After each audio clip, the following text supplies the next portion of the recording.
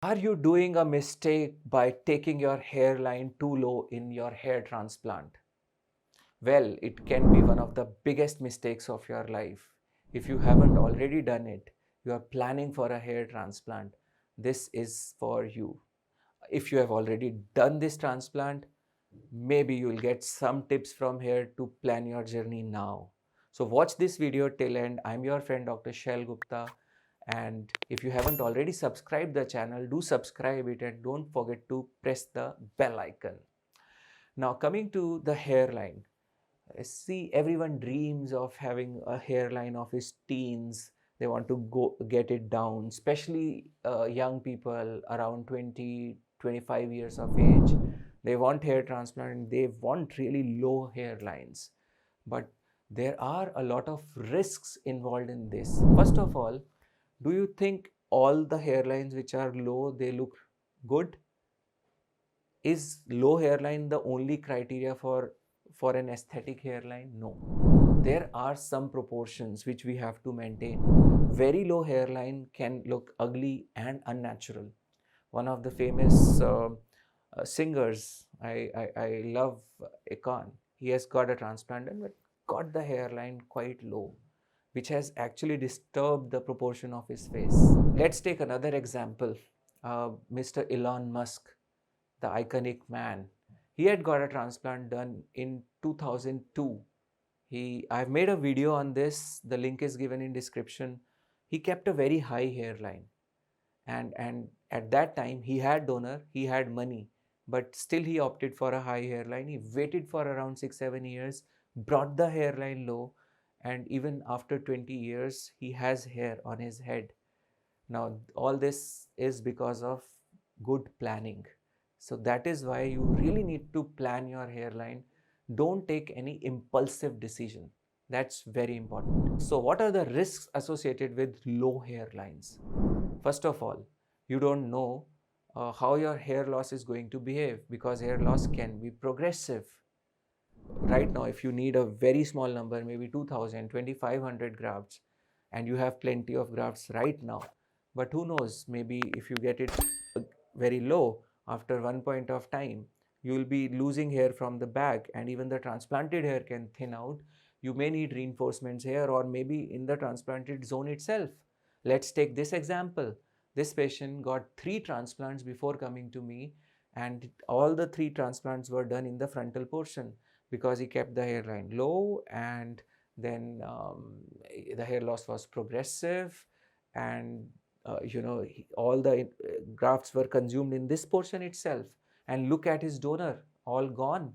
And look at the gaps which are visible now behind the line, which really looks horrible, and he is not left with a lot of options. Do you understand this?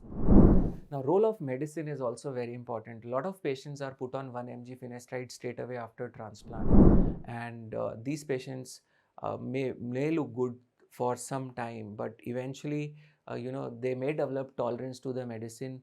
All the portions which are transitional areas or thinning zones, they are put to the mercy of finasteride, and all the grafts are invested lower down in the hairline zone. Because of the effect of medicine, these hair look good, the back areas also look good and quite full. So these surgeons can afford to bring the hairline low. This may give instant gratification, may get them patients, may get them references, but this is not good for the patient who actually got the transplant done. I think he got tricked. So rather than heavily relying on loan of medicine, it's better to invest our saving account, that means donor, in the crucial areas, in the necessity where a good merging is done. Here are invested in thinning zones before we move on to luxury, that is lowering the hairline. Now, medicines are being given with very open hand, and medicines can make a very ugly looking hairline look great.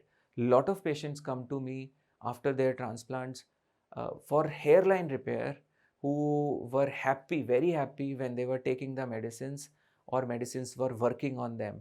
But as soon as they stop the medicine, or the medicine stops working on their head, We see big gaps between the transplanted hair, and this was the actual hair transplant which was done, and the result was just hijacked by the medicine, and patient was really very happy. Now this poor patient cannot say a word to the doctor because the hairline looked good at that point of time. So see what price are you paying for these types of hair transplant. Be careful. So if you want to know more about the role of medicine, how it affects the donor hair, how it affects the transplanted hair, whether it is given to just sustain your existing hair, or what, up to what extent it is actually contributing to your entire hair, this will really help you to design the roadmap of your hair transplant. I think you shall watch this playlist which is given in the description. Do in-depth research before taking a call on this. Now, as I told, medicine grows you a lot of softer hair even in apparently empty areas. So three important aspects of hairline transplant: merging with the existing hair, density, and the softer look of hairline. Now you see these pictures where no transplant has been done, and the apparently the area was completely bald. With just 1 mg finasteride, see the amount of growth which has come in the hairline zone. Look at the temples, they have got a decent, very nice, beautiful looking coverage, and the softer hair which have appeared in apparently completely bald area. Now you imagine if some grafts are put in this is going to look an amazing transplant, and that's what is being sold to you. So be careful. A very, very ordinary, ugly hair transplant can be sold to you with the help of medicine, packaged, wrapped up in the medicines. So be aware of these hijacked results. Otherwise, you will have very high expectations from your donor and from your surgeon, and eventually they won't be able to meet it. When we actually create a nice hairline without help of medicine or with very small doses of finasteride, the effect which you get from the medicine is directly proportional to the dosage. Now you can see in these patients here, when we reduce the dose of finasteride, the effect came down directly proportional to the dosage. And in fact, another interesting case which I'm showing you here, transplant was done, no finasteride was given up till 10 months. You can see there was very little growth of transplanted hair. We added just 1.5 mg finasteride per week, and look at the change, look at the hair growth in just 3 months time. So medicines can really make it a complete ball game altogether. So now I'm showing you some results where we did not use a medicine at all, no minoxidil, no finasteride, and look at the beauty of these results, the density, the coverage, and the sophisticated hairline, which is actually mimicking nature. One of my results, like you can see, the hairline is awesome, amazing, no minoxidil, no finasteride.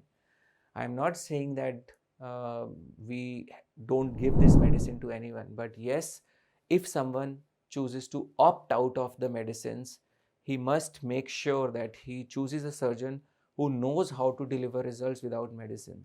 Yes, people who are so used to taking help from the medicine, and that too at this dose, 1 mg per day, they may not be able to deliver you the goods. Make sure that you get it right, and obviously you have to plan it right to get it right. Just imagine what will happen if these guys or me, I start taking finasteride 1 mg per day. This result is going to look killer. Okay, so even if the results are being sold to you, showing you celebrities, cricketers, actors, and all that stuff, singers, don't believe it. Okay, don't believe it. Always remember, if you remove finasteride from those results, probably you won't even think of getting the transplant done from those places. Be careful, be smart, use your brain. Who can get the hairline low? If I see, compare young patients less than 25, 30 versus 45, 50. Now, logically, you would say, okay, anyone with less age, maybe less than 25, would go for lower hairline. No, they should not go for low hairline, because hair loss may progress. In fact, a patient who is 45, 50 can still go for a low hairline if it suits his face and personality, because there is good amount of donor still left and the hair loss is unlikely to progress. So planning of hairline is most important, and during planning we have to keep the interest of patients in mind. Now, when a good surgeon will obviously always go for the formula less is more, because he would not like to exhaust all the donor or medicine resource in one shot. While if the surgeon is just caring about his own marketing and showing results and all that bluff, so probably there he'll go for huge number of grafts and illogical doses of medicine, never considering microdosing or something like that. Customization of treatment is very important. Many a times we see same formula, same hairlines for every patient. You will see a lot of surgeons creating more or less similar hairlines for everyone. It is not good. Now, when we plan for patient, we generally go for high hairlines and we pay the price for that. All these comments which you see there on our YouTube channel sometimes, where they tell, oh, you don't know how to make a hairline, your hairline is quite high and all that stuff. We have done this for the patient for whom I worked. I am not going to do this for just the sake of showing results. No, it is done for the patient, for his future, for his planning. And I told you, a high hairline can anytime be brought down. But if you think that hair transplant is one time phenomena, and you just want to do it once and you want to get it right, it may be the biggest mistake of your life. Because always remember, hair restoration is a journey. It is not one point destination, and you have to plan it right to get it right. No matter what amount of marketing gimmicks are being flashed to you, don't fall prey to this. Any information which just makes you fall for it is not the correct information. The correct information is what makes you think and use your brain. So if you want to plan your journey with a surgeon whom you can trust, you can write to us. There is a contact form in description. uh, there is a easy 7-step guide to plan your journey. You can download this e-brochure for free. Link is given in description. And the link is also given about case studies where we did the procedures, why we gave medicine, why we didn't give medicine. Everything is there on the website. Go and visit the website. That's the Bible of hair transplant. So with this, I conclude and thank you for watching the video, and have happy hair, happy journey. In case you have some doubts and questions, please write in comment section. If you want to share your experiences, write in comment section. Together we can make a difference. If you haven't already subscribed the channel, subscribe it, and don't forget to press the bell icon. Thank you. Love yourself.